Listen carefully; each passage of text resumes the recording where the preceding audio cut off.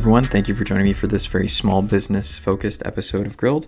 Today I'm joined by Simon Gill, the Director of Economic Development and Tourism with the region of Durham.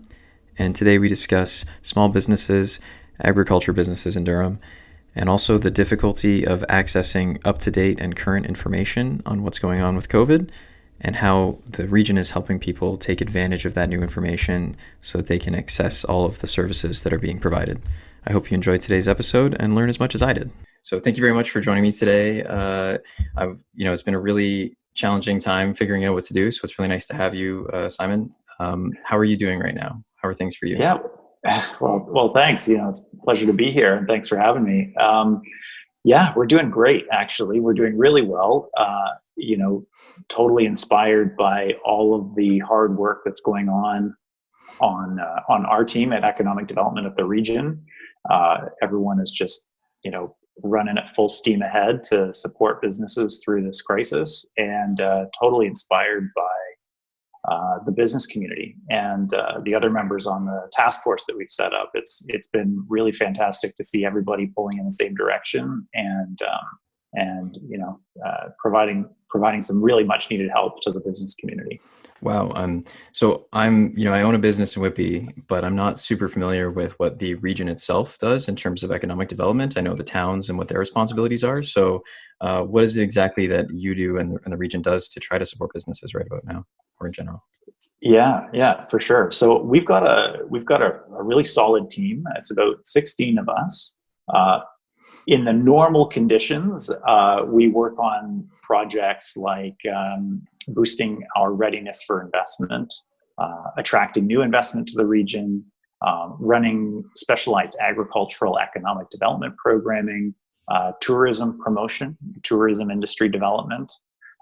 We market the region for investment. We market our regional value proposition for why we're a great place to invest. That's kind of normal or steady state, what we do, or what we used to do actually. But we've really retooled pretty quickly and pivoted. So back in March, really early March, once we started to get the indications that, oh man, business is going to be impacted by this COVID-19 pandemic, we completely turned on our heels and looped up with a number of key partners. So we looped up with all of the chambers of commerce and boards of trade. We looped up with the area municipal economic development teams from Pickering, Ajax, Whitby, Oshawa, Clarington, and then teams from Brock, Uxbridge, and Scugog in the north. We got our small business advisory center involved, BACD, and all of the BIAs, the business improvement areas in the region. And we've all been working together since March 12th, I think it was, to support the business community, get them the urgently needed information they need and the urgently needed support they need, and advocate on their behalf. So that has taken up 100+% of our entire team's time since March 12th. Wow.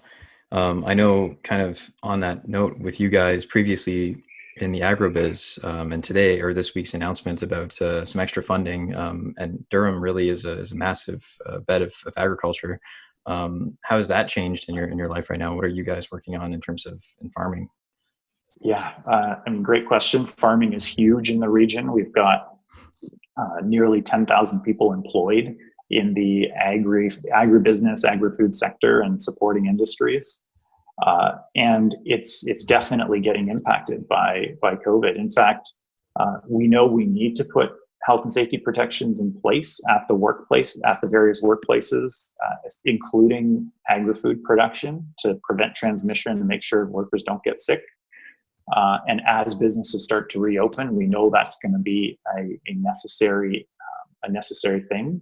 But our agri-food producers, particularly the big ones, are incurring some pretty major costs. We've heard from major producers of food here in the region, mushrooms, apple products. People are incurring tens of thousands of dollars weekly in additional cost for complying with these health and safety requirements. So is making sure that we understand that and advocate on their behalf for the necessary support from the province, from the federal government. On a really positive note, I'll say that there's been a number of local agri-food producers in the region that have actually seen an increase in their business since the pandemic hit, mostly because people are just really interested in supporting local. They know we've got an amazing wide variety of food that's being grown right here in Durham region, and they want it delivered to the door. And some of these agri-food producers are pivoting on a dime to set up things like virtual farmers markets and online portals to go in and aggregate products from these producers and deliver it right to your door, or arrange for curbside pickup. So there's a lot of places doing free delivery for local chicken, local bread, prepared foods. Many of our restaurants are still operational, preparing food from local producers. So we've put together a website, investdurham.ca/local food. And we're directing residents to that page because it's got this really awesome comprehensive list of our food producers and some of these amazing services that are available. That's very cool. I didn't know the exact extent of their farming in Durham, so that's amazing information. Now, in terms of supporting businesses, besides just the farming, Durham has a pretty varied and expansive small business community. What is being done to help those guys? And I mean, I'm one of them, so I've got a bit of a vested interest here. No, sure. So, I mean, we're doing a lot of programming, but the first thing, and I think the most important thing I'll talk about, is the advocacy piece. So first and foremost, we, along with the task force, and by we, I mean all the chambers and the boards of trade, all the area municipal dev teams, the BIAs, BACD, and the region have gone a long way to make sure we understand exactly what the impacts are for small business, because that has let us craft very effective requests for our regional chair to deliver to the Premier of Ontario and to the Prime Minister, suggesting improvements to the federal support programs to make them more accessible to small owner-operated businesses, and to improve programs or make them more accessible for small businesses, restaurants, the tourism industry, and making sure that the voices of our Durham region small businesses are heard at the provincial cabinet table and at the federal cabinet table. We go a long way to, through our task force, run a number of great programs like support local campaigns. We've been working on a Downtowns of Durham project with all the BIAs for quite a while now, and we're going to launch next week.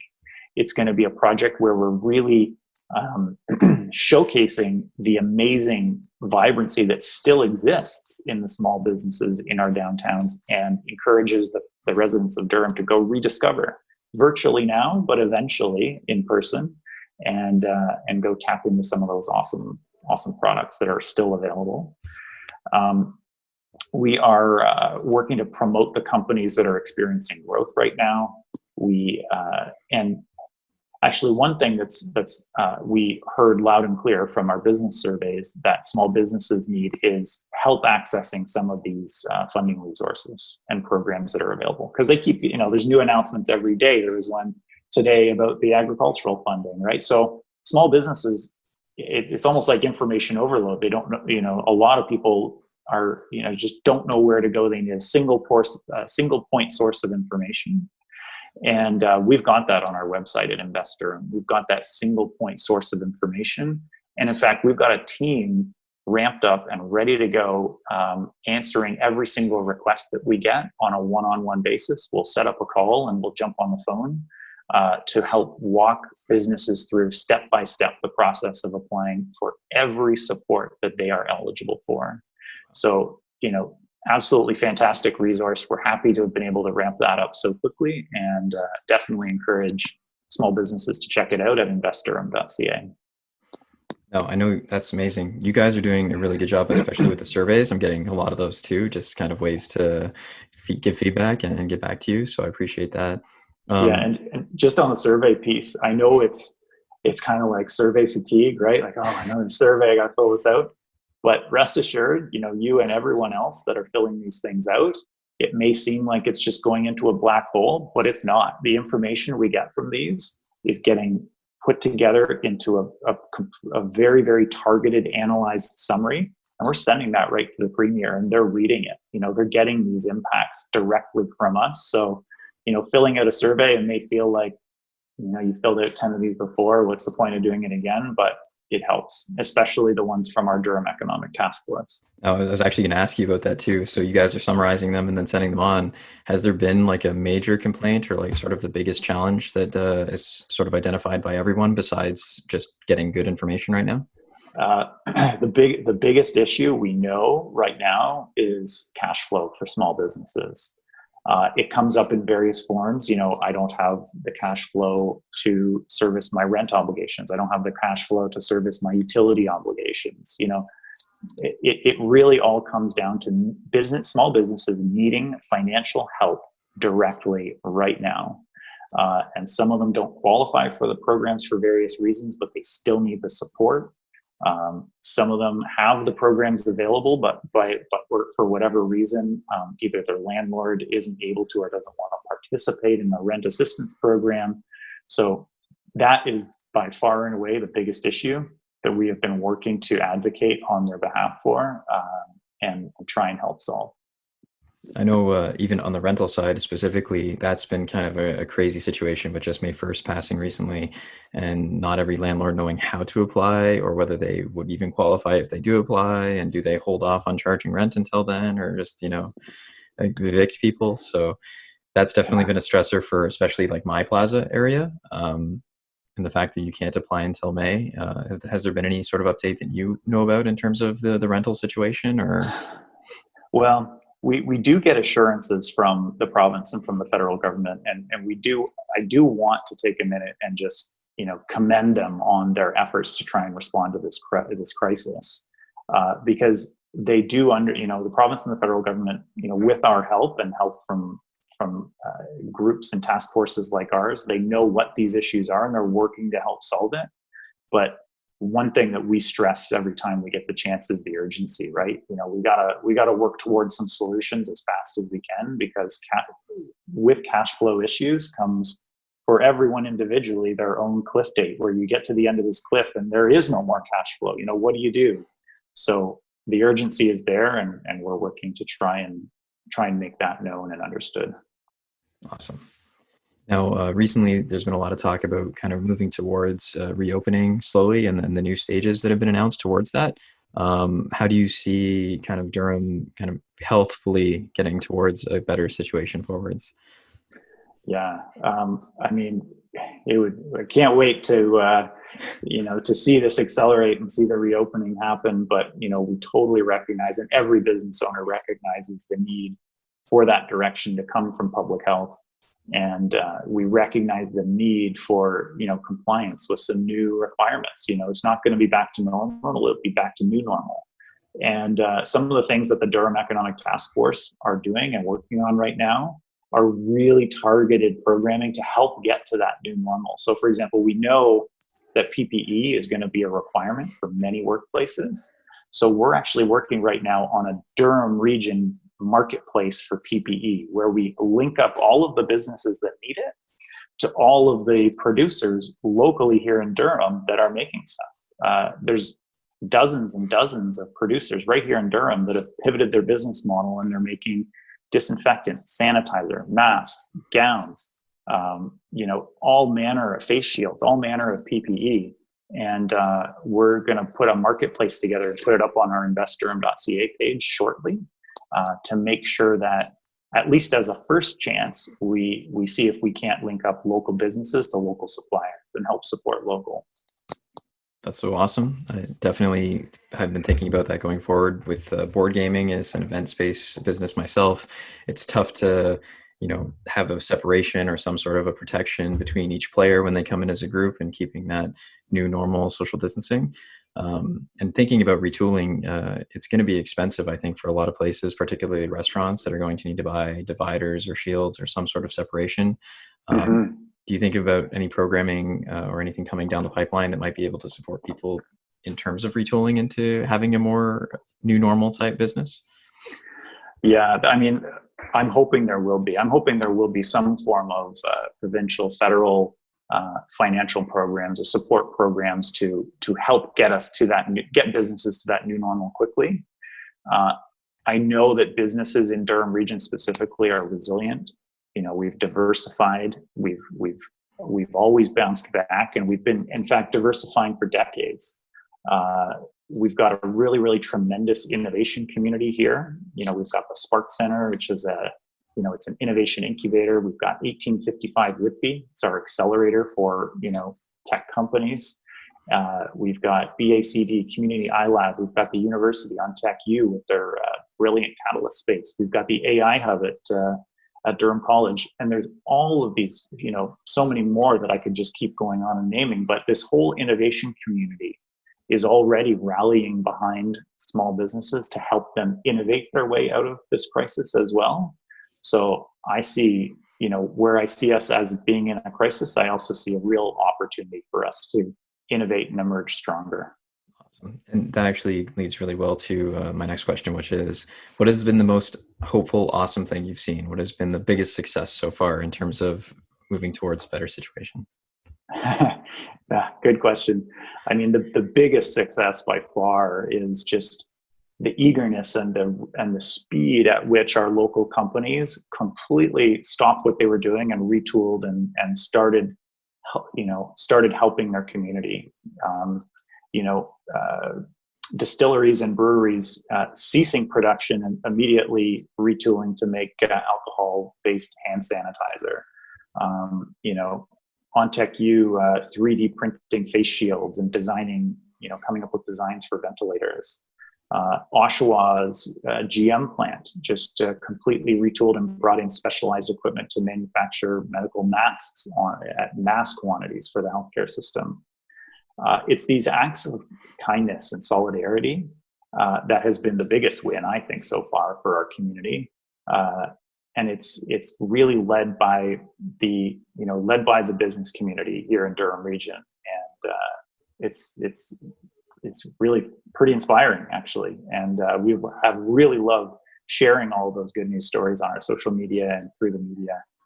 And we'd love to just keep sharing them because they're all awesome.